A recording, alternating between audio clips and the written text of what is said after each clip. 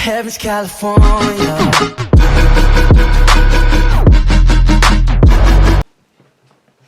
Hey guys, today I'm going to react to a Corpse Husband video. It was recommended by, I'll put it here, Copycat789. Thanks for replying to me. Here's the link for the video, and I noticed that it was a, I don't think I did this one, 3 true scary subscribers submitted horror stories. It's by Corpse Husband. Water bottle. Yeah, it's by Corpse Husband. It's about 18 minutes long. No, 13 minutes long. Sorry. For some reason I thought it was 18 minutes long. It's like 13 and a half minutes long, so I don't think these are animated at all, which sucks, but I mean, what are you gonna do? I like normally hearing stories too, so once again, a Copycat, thank you for the suggestion. If you have any other suggestions, let me know, and I will most likely react to it. Just again, a heads up, if I don't, like, I took a while to see it. It was under, of course, held under review, and I was like, of course. So, just yeah, I was wondering why you weren't replying back to me, but you did. It was just under review. I was kind of thinking, so you're going to give me a suggestion, or, but you already did, so yeah, okay. Again, thank you for the suggestion, and again, anybody, let me know what you want me to react to. I will most likely react to it, as long as it's not anything like totally crazy, but you know, funny, scary, sad, I'll probably even do. Just don't make me cry. I don't want to cry on camera. Okay, okay.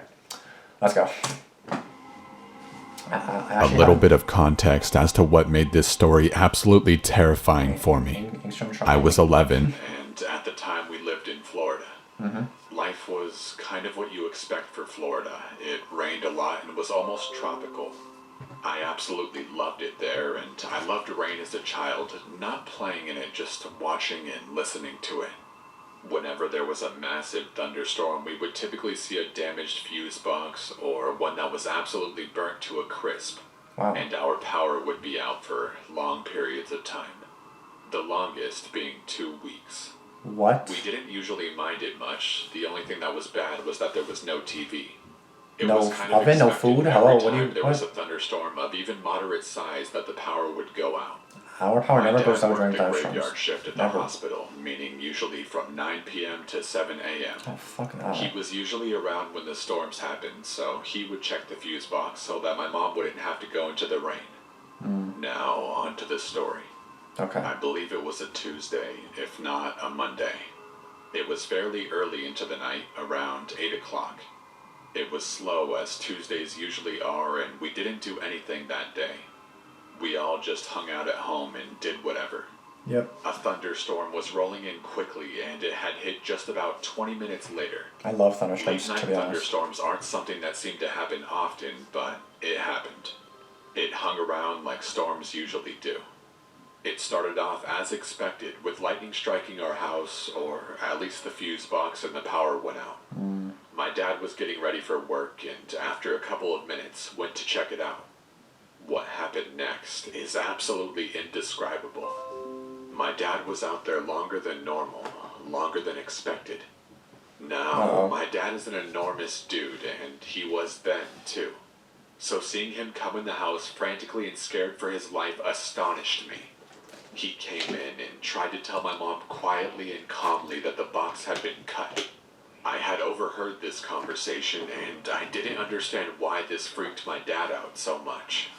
But the words kept running through my stupid little brain, and then I finally caught on.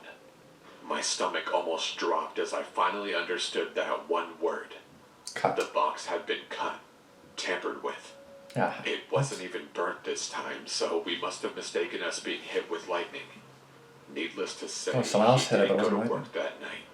He instead watched over us. Me and my little brother both slept in our parents' room that night. Okay. This is where my memory cuts off, because I slept the rest of that night, but according to my parents, the story didn't stop there.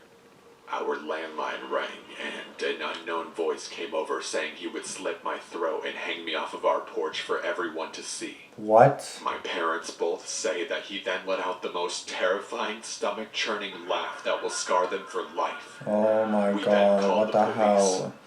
I wish I could tell you why we hadn't called the police before this, but we didn't. I guess my dad thought that he could protect us just fine. The police came to our house after about 20 minutes, considering we lived in a very rural area.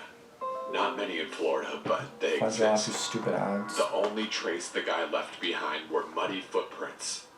The footprints were outside, but the oddest part about them is that they were nowhere in particular. This psychotic fuck was circling our house for no apparent reason in the rain. Usually there would be signs of break-ins or the prints would lead to a particular window, but this guy circled our house over and over. So creepy. The footprints were overlapping each other like they were stacked. How he got our number, I have no idea. Yeah, what the hell? A notebook maybe? Now, Or a phone the book? next Notebook. part is absolutely surreal to Oh, it's me. not over yet. Okay, The shit. police went into the house to check the fuse box. Keep in mind our only phones at the time was a landline and my dad's damaged phone. Okay. When police entered our house, they noticed the landline had been fucking cut. I couldn't make this shit up if I wanted to. The motherfucker was in our house for God knows how long. Oh my The god, only holy comforting thing shit. is that he couldn't have been in our house the entire night because of the footprints. While we were outside, the guy took presumably the knife he wanted to murder me with and cut the line of our landline when we were talking to the police. Oh shit. The police found no footprints inside the house that morning, Fucking so insane. I honestly have no idea how this person got into our house, and I'm willing to bet that they didn't either. Despite this, the police searched our entire house that late night / early morning, and they patrolled the surrounding area for a month at least. Good. Just searching for the guy. We left Florida shortly after, Good. so we don't know exactly how long they searched for. I would only presume it was for the month that we stayed in Florida while moving. I hope they They caught found him. absolutely no trace of the guy. But luckily, he left us alone for good. I am now a 22-year-old man absolutely terrified of thunderstorms and rainstorms. The reason I tell this story is because I didn't know anything past the fuse box being cut. I didn't know that he wanted to kill me or that he was in our house to cut the landline. I didn't learn until about 2 years ago when I was 20, and it recently resurfaced in my memory. I don't think any lessons can be learned from this, other than that there are some fucked up people in this world. Yeah, because that wasn't your fault at all. Like, that was nothing to do with you. Like, you didn't do anything wrong. But fuck, that's scary shit, man. Like, I'm just thinking about it. That's just insane. Like, I would go nuts. I would This cry. happened July 14th, 2016. Okay. Me, my sister, and my brother's friend went to this abandoned house at my old neighborhood to do a photo shoot. My brother's friend is a photographer and wanted some pictures for his Instagram, so we went to the abandoned house we would always pass by while driving. There was an old mattress in the backyard, an animal skull under their front porch, dead animals all around the house, and so much more creepy shit. Then why do you want to go There there? was also a cornfield right next to the house, so we decided to take some pictures near there. As we were taking pictures, I look to my left and I see a man with suspenders and a hat sitting in a carriage with no top on it. I can't explain what it looked like, but I'm gonna assume it was a carriage. Okay. He's facing the other way, so his back is towards us. My sister and my brother's friend just brush it off and take some pictures of the cornfield. I was very Cornfields are curious sus. to see who this was, so I walk a little closer to the man. And he just slowly turns his head and stares at me with a blank face for the longest time. Can I I help you? start to get a little freaked out by the fact that he's just sitting there staring at us, not even moving at all. We all get a little freaked out and start to walk back towards the way we came from. As we're walking back, we hear the loudest gunshot I have ever heard in my What? entire life. We all ran for our lives, so fast that I could have tripped at any moment. 30 seconds pass of us running, and we finally stop and take a minute to process what the fuck just happened. The gunshot was so loud and clear, it sounded like it was inches away from us. We take a second to breathe because all of us were out of breath. What's wrong with that As I'm guy? processing what just happened, I turn around and see the man bolting towards us. Oh my god, run! My heart drops and we instantly run faster than we've ever ran. Oh my god. I was so out of breath, I felt like I was going to pass out at any minute. That's fucking I terrifying. wanted to stop to take a second to breathe, but we couldn't. The man was still sprinting towards us. What the hell does he want? After what felt like an hour of running, we finally stopped. The man was nowhere to be seen. Yeah, for now. We felt so relieved and sat down. Then we realized we didn't even recognize where we were. We were lost. We had run so Great. far that we didn't even know where we were. Great. As we were walking down the road, we found a gas station and decided to stop there to get something to eat. Okay. We walked in and we all went different ways in the store and grabbed what we wanted. We were still sweating and breathing super heavily, so the girl at the cash register asked us what was wrong. We told her the whole story, bought our stuff, and went outside to the back of the store. We then sat down to eat our stuff. Okay. The lady came outside with a cigarette and told us that the man's wife had died of a heart attack a few years ago, and that he's extremely depressed and has some mental issues. She said that he tries to kill anyone who steps foot on his property. That's why. She then said that he comes into her store to buy cigarettes and gives her nasty looks every time. We all looked at each other, shocked at the fact that if we hadn't ran fast enough, we could have been killed. Dad, could have been We were shot. eventually able to call someone to pick us up, said bye to the lady, and got home safely. And that's why you don't go to abandoned places.